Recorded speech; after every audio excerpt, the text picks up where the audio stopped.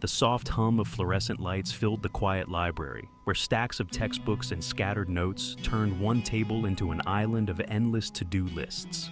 Mei Lin sat at the center, her head bent low over a thick calculus book. Her pen moved methodically, the blue ink forming perfect equations on the page. Around her, whispers of other students filled the air, but Mei didn't look up. She rarely did. To anyone watching, Mei was the epitome of an overachiever.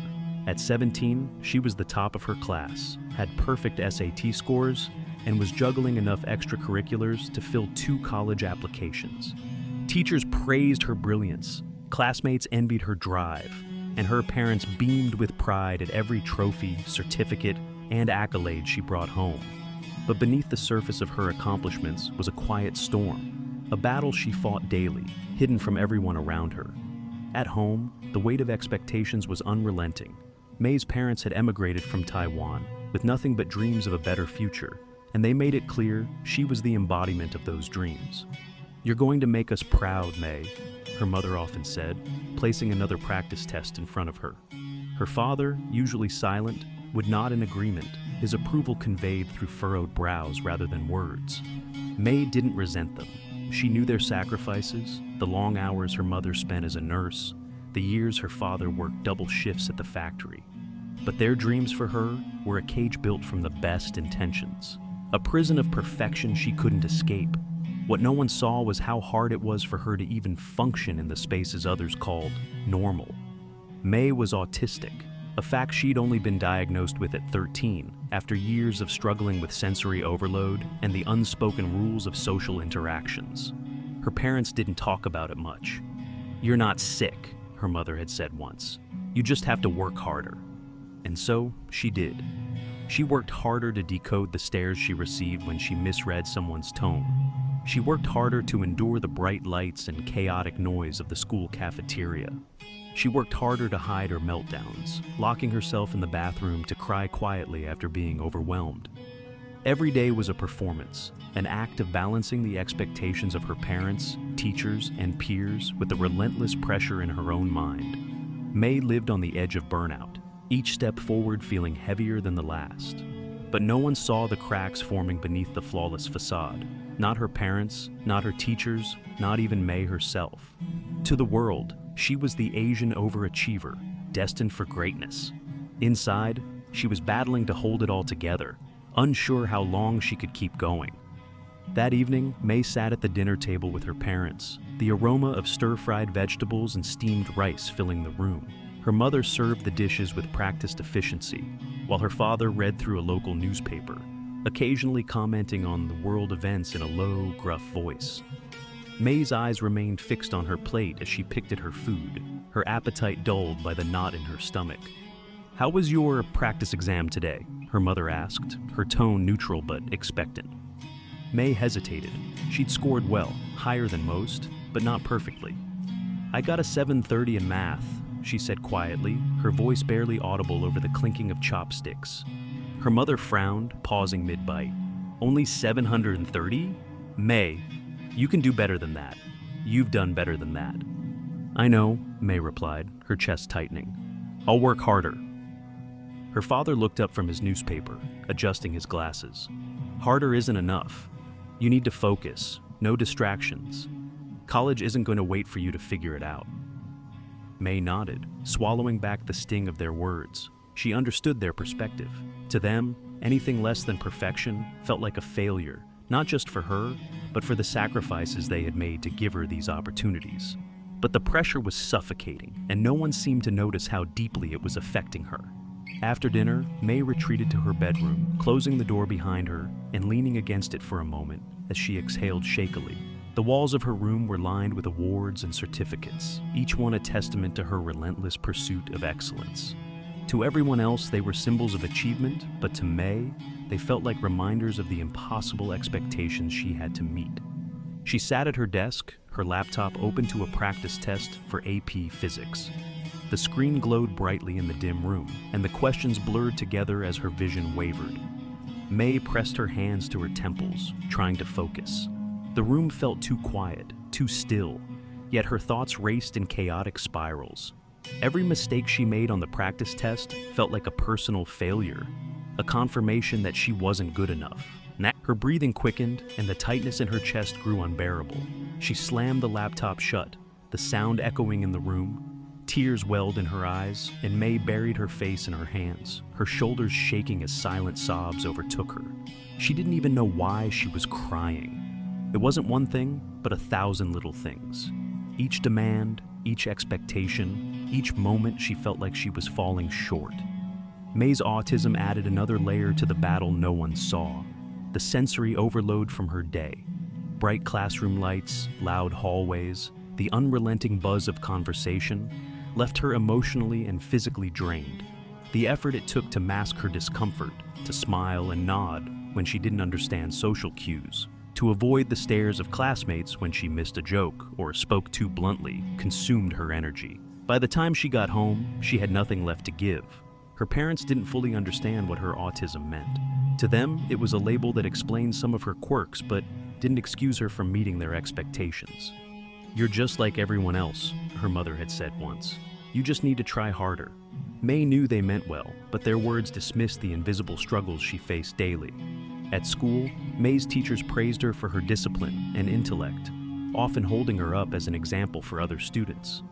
"You're so lucky to have her," one teacher told her mother during a parent-teacher conference. "She's so hardworking and focused." Mei wanted to correct them, to explain that her drive wasn't born from passion, but from fear. Fear of disappointing her parents, her teachers, and herself. Her peers had a different perspective.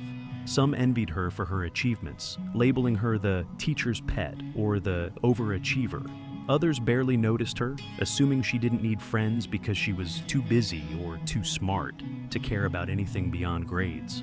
Mei often felt like an outsider, trapped in a bubble of expectations and isolation, unable to connect with the people around her. The weight of it all began to manifest physically. Mei's headaches became more frequent, and she often woke up feeling exhausted despite having slept for hours. Her stomach churned constantly, especially before tests or competitions, and her hands sometimes shook when she tried to write. She told herself it was temporary, that she just needed to push through until college. But deep down, she wasn't sure how much longer she could keep going. One day, during a group project in English class, Mei's carefully constructed mask began to crack. Her group had been assigned a creative presentation, something that involved teamwork and communication. Two areas where Mei struggled most. She worked diligently on her part, but when it came time to coordinate with her group mates, she found herself overwhelmed. "I think we should use my idea for the presentation format," one classmate suggested, their tone confident. Mei disagreed. She'd spent hours researching and planning, and she believed her approach was more logical. "I think this way is better," she said, her voice sharper than intended. The other students exchanged glances, their smiles fading. One of them muttered, "Of course you think your way is better." The comment stung, but Mei didn't know how to respond. She wasn't trying to dominate the group. She just wanted to contribute in a way that made sense to her. But as the tension grew, she felt the familiar tightness in her chest, the rising panic that came with being misunderstood. "I'll just do my part," she said abruptly, her voice shaky. "You can handle the rest."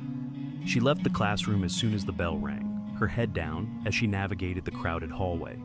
By the time she reached the bathroom, tears were already spilling down her cheeks. She locked herself in a stall, her breathing uneven, and clutched her arms tightly around herself.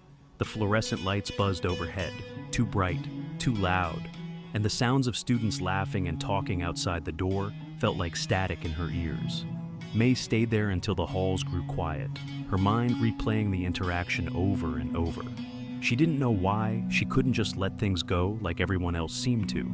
Every misunderstanding, every criticism felt like a confirmation of her worst fears, that she was too different, too difficult, too much. At home that evening, her parents didn't notice her red-rimmed eyes, or the way her hands trembled as she tried to eat. Her mother handed her a new workbook, saying, "You should finish this before the weekend. It'll help you prepare for the next test." Mei nodded wordlessly, retreating to her room with the workbook in hand. She sat at her desk, staring at the blank pages, and wondered how much longer she could keep pretending everything was fine. The world saw her as the Asian overachiever, a girl destined for greatness. But Mei didn't feel great. She felt like she was falling apart. That night, Mei sat in her room, staring at the workbook her mother had handed her. The pristine white pages seemed to mock her. Each blank question demanding answers she didn't have the energy to give.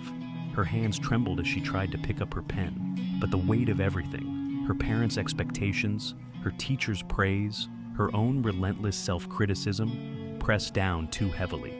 She set the pen aside, tears welling in her eyes. For the first time, Mei let herself acknowledge the truth. She couldn't do this alone anymore. The mask she wore every day, the one that made her look like the perfect overachiever, was breaking. Beneath it was someone struggling, someone tired, someone who needed help.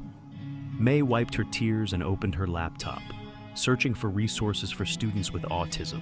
She found forums where others shared their experiences, their challenges, their victories. For the first time, Mei saw that she wasn't alone. The next day, she decided to talk to someone. During her free period, she walked into the counselor's office, her heart pounding. She'd never been there before. Her parents had always dismissed counseling as unnecessary, but Mei knew she needed to try.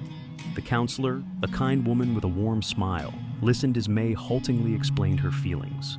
The pressure from her parents, the isolation she felt, the exhaustion that never seemed to end. "I'm so glad you came to talk to me," the counselor said, her voice gentle. "You've been carrying so much on your own. Let's work on this together." The conversation didn't solve everything, but it was a start. The counselor helped Mei draft a plan to talk to her parents, to explain how the pressure and misunderstandings were affecting her. It wasn't easy. Her parents didn't fully understand at first, but with time and patience, they began to see her struggles in a new light. As Mei took small steps toward balance, she started to find moments of peace. She joined an autism support group at school, where she met others who shared her challenges. She learned that her worth wasn't tied to perfection, that she was more than her grades or achievements. For the first time in years, Mei began to see herself not as the Asian overachiever, but as a person deserving of understanding and care.